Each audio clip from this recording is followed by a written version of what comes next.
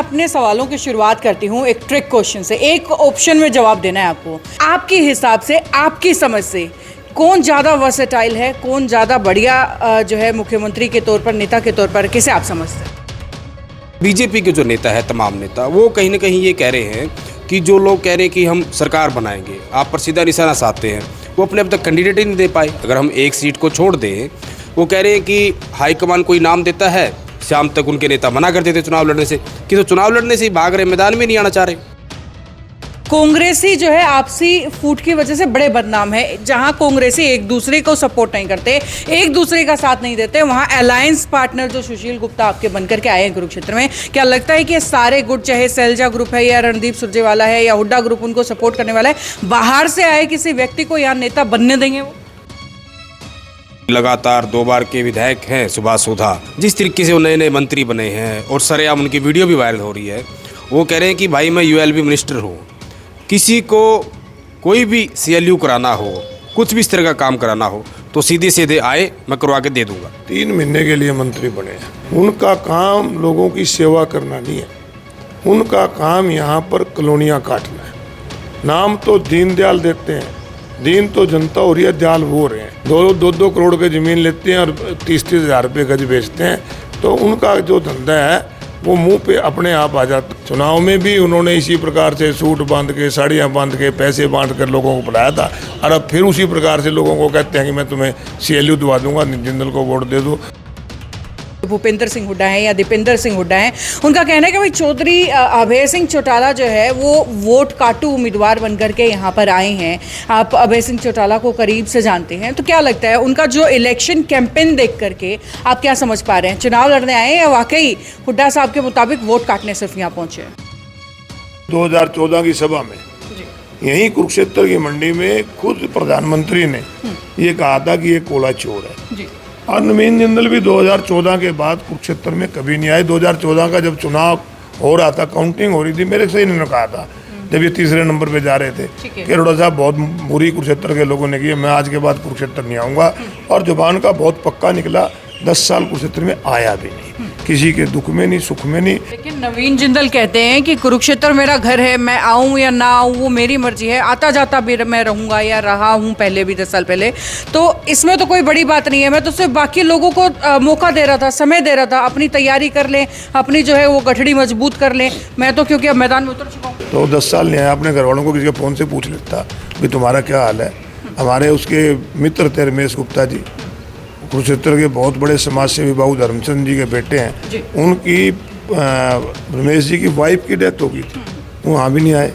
किसी के शादी ब्याह में, किसी के दुख सुख में घर का व्यक्ति तो वो तो सबसे पहले आके रिसेप्शन पे खड़ा होता है। तो ये तो 10 साल आए नहीं, घर किस चीज़ का है? घर सिर्फ वोट के लिए, वोट लेनी है तो घर है, और अदरवाइज इनका घर फिर ओमान में है, अमेरिका में है, वो है। भाई मौसम है चुनाव का, ऐसे में हर कोई जानना चाहता है कि क्या है चुनावी अपडेट, जिसके लिए नमस्कार, मैं हूं अंकिता सिंह और आपके लिए लेकर के आई हूं खास प्रोग्राम दंगल 2024, जिसमें हम बताएंगे कि क्या है राजनीतिक गलियारों का हाल, करेंगे नेताओं से सीधी बात और 2 टूक सवाल। और इसमें मेरा साथ दे रहे हैं भारत पोस्ट से सुरेंद्र नैन जी।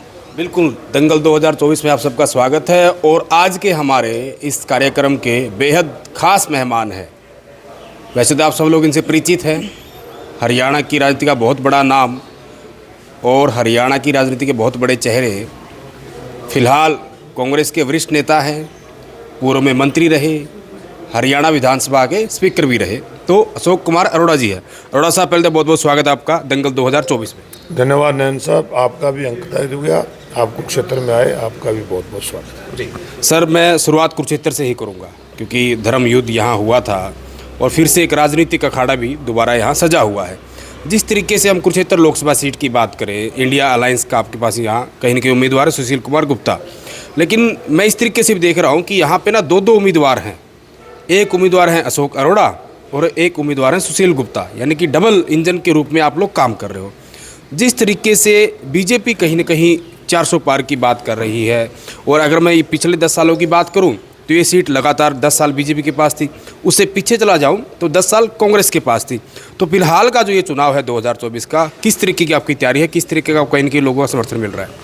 देखिए, कुरुक्षेत्र जो है भगवान कृष्ण की कर्मभूमि है, गीता की जन्मभूमि है, और यहाँ जो लड़ाई लड़ी गई थी वो अन्याय के खिलाफ और न्याय की जीत हुई थी। और आज जो दंगल आप कह रहे हैं, आज भी जो चुनाव है, चुनाव बहुत हुए। 10 साल पहले भी यहाँ बीजेपी की रही, कांग्रेस रही, उससे पहले लोकदल रहे। चुनाव यहाँ सरकार बनाने के लिए होते थे, सरकार बदलने के लिए होते थे, परंतु इस बार सरकार बदलने के अलावा जो चुनाव है, इस देश की जनता और ख़ास तौर पे कुरुक्षेत्र की जनता देश के संविधान को बचाने के लिए चुनाव लड़ी, क्योंकि आज की मौजूदा सरकार देश के संविधान के खिलाफ चल रही है, देश के लोकतंत्र को कमज़ोर कर रही है, जिस लोकतंत्र को पाने के लिए हमारे देश के बहुत जवानों ने हंसते हंसते फांसी के फंदे चूमे थे, गोलियां खाई थी सीने पे, लाठियां खाई थी, जेलें काटी थी कि हमारा अपना देश होगा, हमारा अपना संविधान होगा, हम लोकतंत्र देश प्रणाली में जाएंगे। और बाबा साहब ने हमें लोकतंत्र प्रणाली दी, सबको वोट का अधिकार दिया। आज ये उस लोकतंत्र प्रणाली को ख़त्म करना चाहते हैं। इसके खिलाफ इंडिया गठबंधन के उम्मीदवार सुशील गुप्ता जी हैं। आपने कहा दो उम्मीदवार नहीं, हम जो है कांग्रेस पार्टी के सभी कार्यकर्ता, आम आदमी पार्टी के प्रत्याशी जो इंडिया गठबंधन के प्रत्याशी हैं, उनके लिए काम कर रहे हैं। और निश्चित रूप से कुरुक्षेत्र की जनता इस बार इंडिया गठबंधन के प्रत्याशी को जिताएगी। जी, मेरा डबल उम्मीदवार का मीनिंग यही था अरोड़ा साहब, क्योंकि यानी कि डबल पावर के साथ आप काम कर रहे हो। सुशील अरोड़ा के साथ कहीं कि आप हनुमान बन के साथ लगातार चल रहे हो, क्योंकि ये कुरुक्षेत्र का पूरा इलाका कई सालों का 3-4 दशक की आपकी राजनीति हो चुकी है, तो सारा का सारा इलाका आपके कहीं न कहीं आपको अच्छे से जानता है। दूसरा मेरा सवाल कहीं न कहीं, जिस तरीके से आप कह रहे हो कि जनता इस बार बदलाव के मूड में है और वो नहीं चाहते कि संविधान बदला जाए, इसलिए वो सरकार बदलने के मूड में है। लेकिन बीजेपी के जो नेता है, तमाम नेता, वो कहीं न कहीं ये कह रहे हैं कि जो लोग कह रहे हैं कि हम सरकार बनाएंगे, आप पर सीधा निशाना साधते हैं, वो अपने अब तक कैंडिडेट ही नहीं दे पाए। अगर हम एक सीट को छोड़ दें, वो कह रहे हैं कि हाईकमान कोई नाम देता है, शाम तक उनके नेता मना कर देते चुनाव लड़ने से, कि तो चुनाव लड़ने से ही भाग रहे, मैदान में नहीं आना चाह रहे। जो लोग अपनी पार्टी की बात करके दूसरी पार्टी की बात करते हैं, कहीं ना कहीं वो अपनी कमजोरी जाहिर करते हैं। जिनके पास अपने प्रत्याशी ना हो, वो दूसरे के बारे में ये बात कहीं अच्छी नहीं लगती। आप कुरुक्षेत्र सीट की बात करोगे, जो नवीन जिंदल जी उनके यहाँ प्रत्याशी आए हैं, 20 मिनट पहले कांग्रेस पार्टी से बीजेपी ज्वाइन करी और फिर टिकट दे दिया।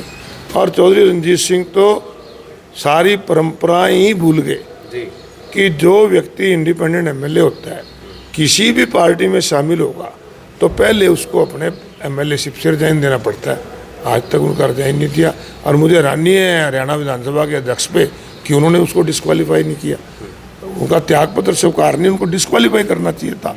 तो कांग्रेस पार्टी के पास मजबूत टीम है, मजबूत उम्मीदवार है, एक जगह कई बराबर के उम्मीदवार हैं।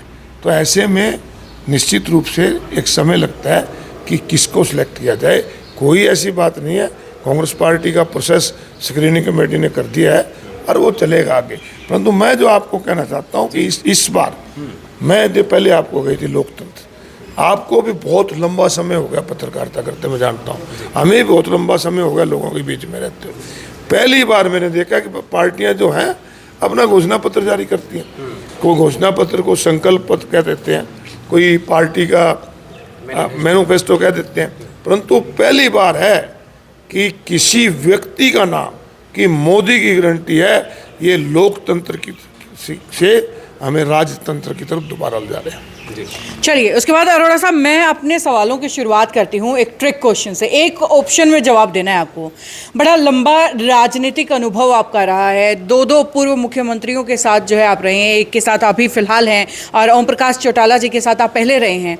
आपके हिसाब से, आपकी समझ से कौन ज़्यादा वर्सेटाइल है, कौन ज़्यादा बढ़िया जो है मुख्यमंत्री के तौर पर, नेता के तौर पर, किसे आप समझते हैं? देखिए, मैं एक स्वर्गीय पंडित भगवतदयाल शर्मा जी और एक स्वर्गीय चौधरी वीरेंद्र सिंह को छोड़ के हरियाणा प्रदेश के जितने मुख्यमंत्री रहे हैं, मैंने को सबके साथ काम करने का मौका मिला, सबको देखने का मौका मिला। जी। हरियाणा प्रदेश की प्रगति में जितने भी पहले मुख्यमंत्री रहे हैं सबका कहीं ना कहीं योगदान है। किसी का थोड़ा है, किसी का ज़्यादा है, परंतु जो है अब पीछे मुख्यमंत्री 9.5 साल के थे, इन्होंने जो राज किया वो अहंकार से किया। पहले मुख्यमंत्रियों ने सेवा से किया, इन्होंने अहंकार से किया और अहंकार किसी का नहीं रहा। और यही कारण है कि चलते चुनाव में युद्ध में कभी घोड़े नहीं बदले जाते, चलते चुनाव में इनको बदलना पड़ा। इनके खिलाफ एंटी इनकम्पेंसी थी और ये चेहरा बदल के लोगों को धोखा देना चाहते हैं, परंतु लोग जो हैं चेहरा नहीं सरकार बदलना चाहते हैं। परंतु जहाँ तक आपने मुख्यमंत्रियों की बात की, मेरा सबके साथ अच्छा अनुभव रहा।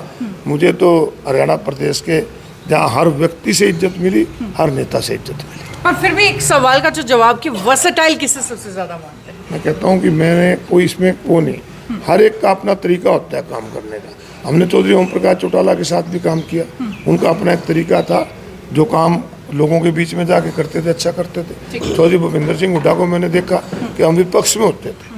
मैं 2009 से 14 तक विपक्ष का एमएलए था और चौधरी भूपेंद्र सिंह हुड्डा जब नौकरियां निकाली हुई थी और नौकरियां नहीं मिल रही थी तो ठेके पे लगा रहे थे, तो मैंने उनसे कहा कि सीएम साहब आप ठेके में नौकरियां लगा रहे हो, परंतु ये युवाओं के भविष्य के साथ खिलवाड़ है। तो उन्होंने कहा कि काम का अर्जा ना हो, तो मैं इसलिए लगा रहा हूँ। मैंने कहा फिर इसमें आरक्षण दो। उन्होंने ठेके की नौकरियों में भी आरक्षण दिया, एक विपक्षी एमएलए की बात को मान के। मतलब वो जितना अपने पक्ष की करते थे तो उनमें हर एक की बात मानते थे और हर एक की बात मान के काम करते। चलिए, उसके बाद जो है बात हम कुरुक्षेत्र की राजनीति की कर लेते हैं या पूरे हरियाणा में, क्योंकि देखिए कांग्रेसी जो है आपसी फूट की वजह से बड़े बदनाम है। जहां कांग्रेसी एक दूसरे को सपोर्ट नहीं करते, एक दूसरे का साथ नहीं देते, वहां अलायंस पार्टनर जो सुशील गुप्ता आपके बनकर के आए हैं कुरुक्षेत्र में, क्या लगता है कि सारे गुट, चाहे सैलजा ग्रुप है या रणदीप सुरजेवाला है या हुड्डा ग्रुप, उनको सपोर्ट करने वाला है, बाहर से आए किसी व्यक्ति को यहाँ नेता बनने देंगे वो? आप कांग्रेस के आपस की बात कर रहे हो, आपने खुद ही कहा कि दूसरी पार्टी का है और कांग्रेस का हर कार्यकर्ता अपने को सुशील गुप्ता समझ के काम कर रहा है। इससे ज़्यादा उदाहरण क्या होगा? बिल्कुल अरोड़ा साहब, आपके लिए एक और धर्म संकट है, क्योंकि अगर मैं आपकी पहली क्रांति की बात करूं, लंबे समय तक आप लोकदल में रहे और जहां तक मुझे याद है कि वो दौर चौधरी देवलाल के साथ आपने राजनीति शुरू की, सीखी उनसे, लेकिन फिर से चलो आप दूसरा पायदान है कि आप अभी कांग्रेस में हैं। लेकिन कहीं ना कहीं धर्म संकट जो आपके सामने है, हालांकि अभय सिंह चौटाला और आपके तो बड़े अजीज़ हैं, पहले भी थे अब भी हैं, और जिस तरीके से 2004 में वो चुनाव यहाँ लड़ने आए तब भी यहाँ सारा जोर आपका था, फिर से वो यानी कि चुनावी मैदान में है, वो सीधा सीधा ये कह रहे हैं आपके कैंडिडेट को लेकर कि भाई यहाँ तो दो बणिये और एक जाट की लड़ाई है। यानी कि वो कह रहे हैं कि बणिया और किसान की लड़ाई है और इसमें जो किसान हो आगे निकल जाएगा। जहाँ तक सुरेंद्र जी आपने धर्म संकट की बात की, कोई धर्म संकट नहीं। अशोक अरोड़ा जिस पार्टी में खड़ा, अब से लेके जब से शुरू किया था, हमने पार्टी की साथ निभाई है, पार्टी का साथ दिया। कोई उम्मीदवार आया, कोई नहीं आया, हम पार्टी के साथ हैं। अभय सिंह हमारा अजीज है, छोटे भाई की तरह है, वो कुरुक्षेत्र में आया है, उसका स्वागत है। परंतु जो उन्होंने ये बात कही कि दो बनिया और एक किसान या एक जाट की बात करते हैं, मैं कहूँगा उनसे कि राजनीति में इस प्रकार की भाषा अच्छी नहीं होती। राजनीति में जाति और धर्म की बात तो बीजेपी के लोग करते हैं, जाति और धर्म से राजनीति नहीं होती। चौधरी देवीलाल ने हमेशा गरीब की राजनीति की, कमेरे की राजनीति की।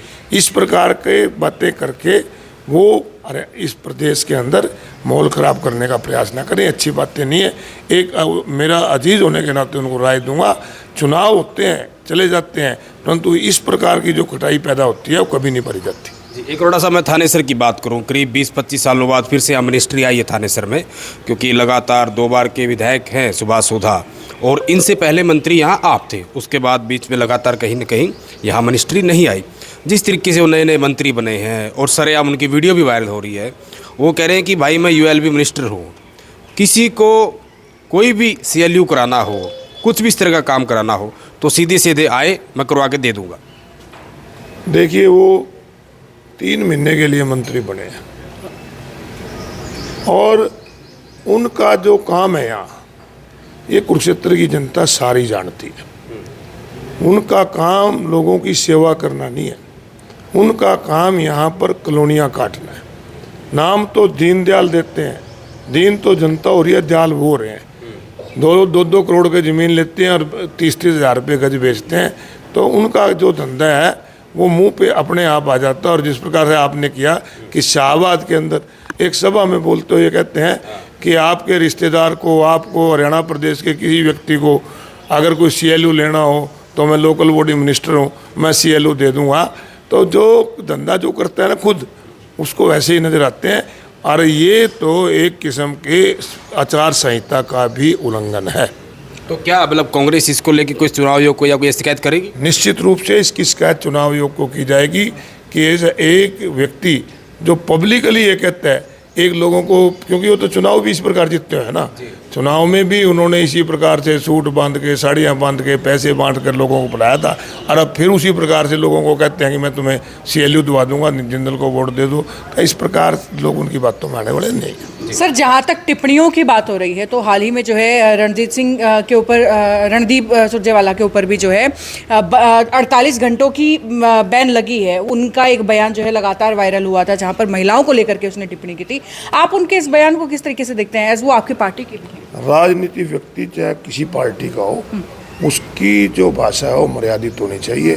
क्योंकि राजनीतिक व्यक्ति को लोग देखते हैं कि ये क्या कह रहा है, तो भाषा मर्यादित होनी चाहिए, मेरा यही कहना है। चलिए, उसके बाद अभय सिंह चौटाला को लेकर के अभी आप बात कर रहे थे, तो हुड्डास की तरफ से भूपेंद्र सिंह हुड्डा हैं या दीपेंद्र सिंह हुड्डा हैं, उनका कहना है कि भाई चौधरी अभय सिंह चौटाला जो है वो वोट काटू उम्मीदवार बन करके यहाँ पर आए हैं।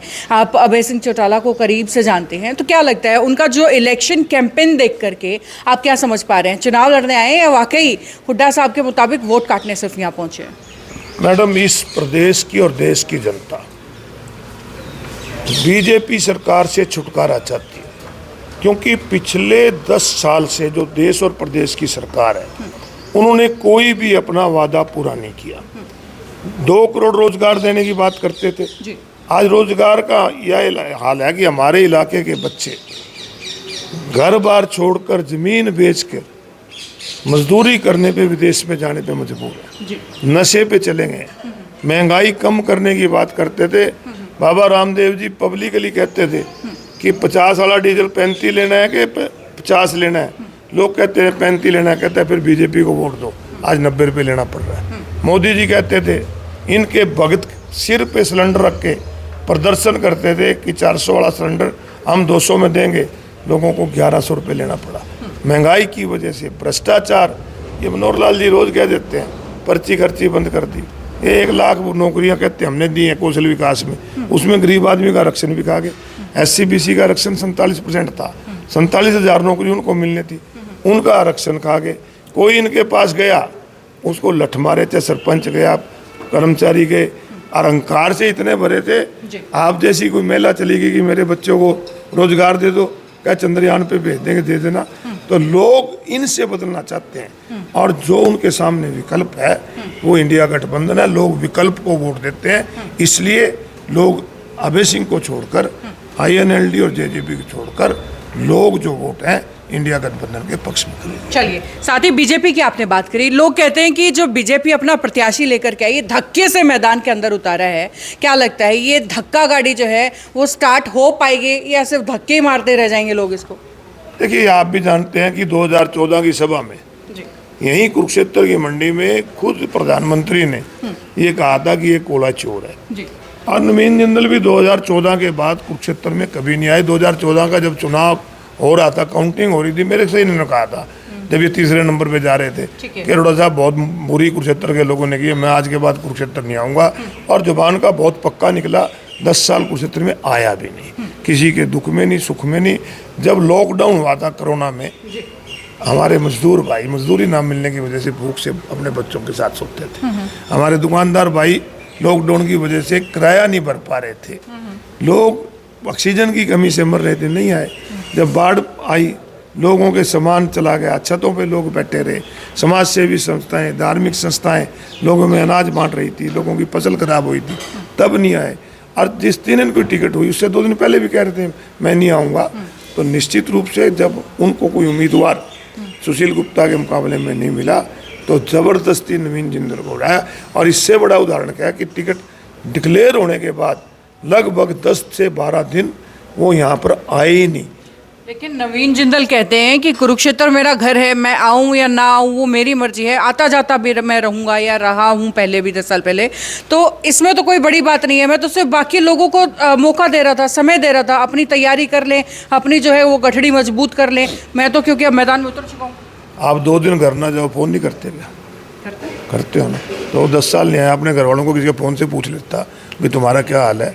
हमारे उसके मित्र थे रमेश गुप्ता जी, कुरुक्षेत्र के बहुत बड़े समाज सेवी बाबू धर्मचंद जी के बेटे हैं। उनकी रमेश जी की वाइफ की डेथ हो गई थी, वो वहाँ भी नहीं आए।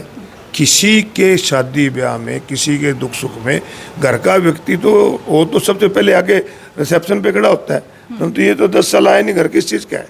घर सिर्फ वोट के लिए, वोट लेनी है तो घर है, और अदरवाइज इनका घर फिर ओमान में है, अमेरिका में है, वो है। जी बिल्कुल अरोड़ा साहब, मैं आपसे कुरुक्षेत्र से बाहर की बात करना चाहूँगा क्योंकि आपका बड़ा राजनीतिक कद है और हरियाणा की राजनीति में आपका बड़ा एक अहम योगदान रहा भी है।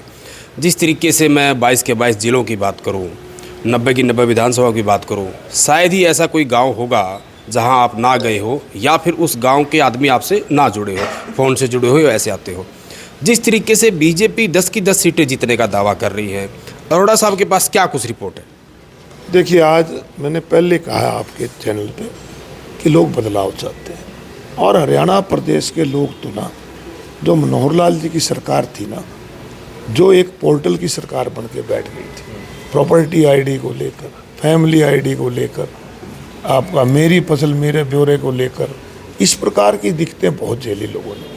रोजगार ना मिलने की वजह से हमारे बच्चे विदेश में गए, सरपंचों की अधिकारों पे कटौती करी, उन्हें लठ खाने पड़े, आशा वर्करों ने लठ खाए, कर्मचारियों ने खाए। तो लोग इनको बदलना चाहते हैं, और अब ये चाहते हैं कि धोखा दे दें, मनोहर लाल जी को बदल के अरे नैब सैनी को बना दो, तो इस धोखे में आने वाले नहीं।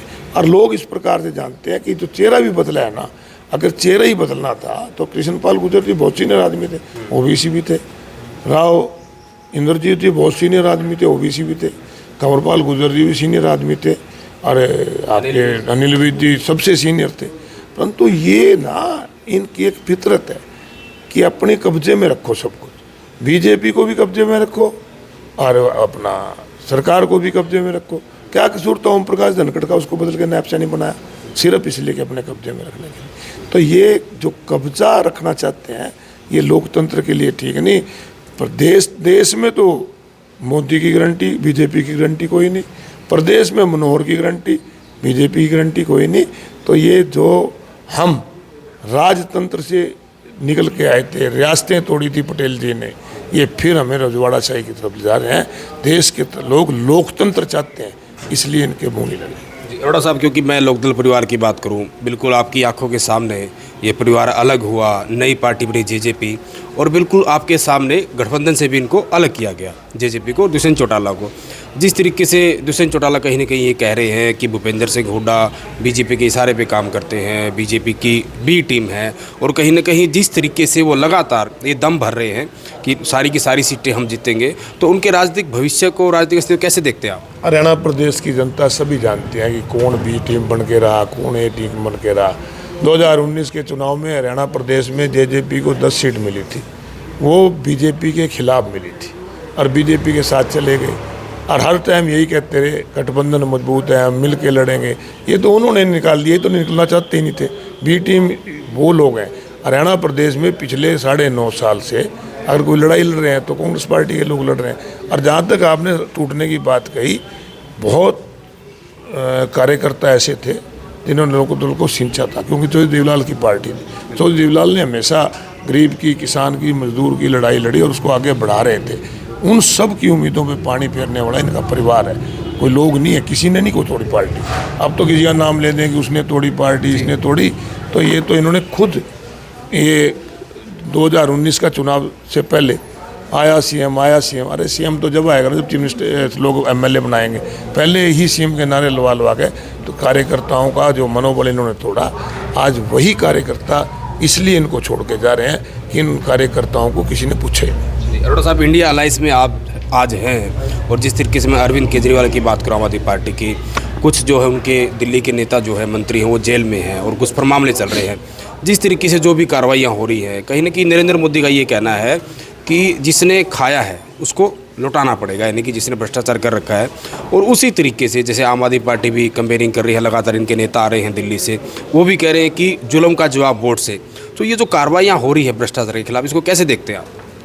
देश के सर्वोच्च न्यायालय ने जब एसबीआई को ये कहा कि किस किस ने चुनावी चंदा किस किस पार्टी को कितना दिया है, उसकी लिस्ट जारी हो, और चुनाव आयोग ने जब वो लिस्ट जारी करी उसमें 8,500 करोड़ रुपया बीजेपी को चंदा दिया गया। और ऐसी बहुत कंपनियां हैं जिन्होंने चंदा के बदले धंधा लिया। वो इंजेक्शन लगता था ना इसमें कोरोना के अंदर, एक उस कंपनी से भी 500 करोड़ रुपए लिए, जो डायल इंजेक्शन 150 का था 600 में बेचना पड़ा और लोगों को ब्लैक में 25-25 हज़ार का लेना पड़ा। कई दवाइयाँ की कंपनियाँ ऐसी हैं जिनके सैंपल फेल हुए, और कई कंपनियाँ तो ऐसी हैं जिनका प्रॉफिट 0 और उनसे चंदा ले लिया। वो जब लोगों में भ्रष्टाचार की बात गई, उसको दबाने के लिए, उसके ध्यान हटाने के लिए केजरीवाल को बंद कर दो ताकि केजरीवाल की गिरफ्तारी की चर्चा शुरू हो जाए, कांग्रेस के खाते सील कर दो ताकि लोग चर्चा इसी की करें। अच्छी बात है, जो भ्रष्टाचारी हैं उनके खिलाफ सज़ा खराब होनी चाहिए, परंतु भ्रष्टाचारी खाली ईडी का इस्तेमाल करके अपनी विपक्षी पार्टियों को दबाना, ये लोकतंत्र के खिलाफ है।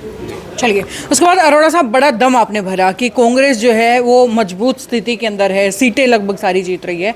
अगर ऐसा ही है तो हरियाणा के अंदर सिर्फ एक गठबंधन की सीट छोड़ दें तो अब तक कैंडिडेट मैदान में क्यों नहीं उतरे हैं? हालांकि लोग पिछले काफ़ी दिन से डिमांड कर रहे हैं कि कांग्रेस का कोई प्रत्याशी उनके सामने आए, लेकिन फिर भी सिर्फ इंतजार ही है, प्रत्याशी के नाम का कोई भी जो है अभी तक मैदान में उतरा नहीं है। जिनके पास उम्मीदवार नहीं होते ना, वो तो किसी को पकड़ के खड़ा कर दो, ले लड़ ले। और जिनके घर में 5-5 4-4 बराबर के उम्मीदवार हो ना, उनमें ना माँ को भी बेटे को छांटना पड़ा तो बहुत मुश्किल आ जाती है, कौन से बेटे को आगे करूँ कौन पीछे, सारे लायक होते हैं।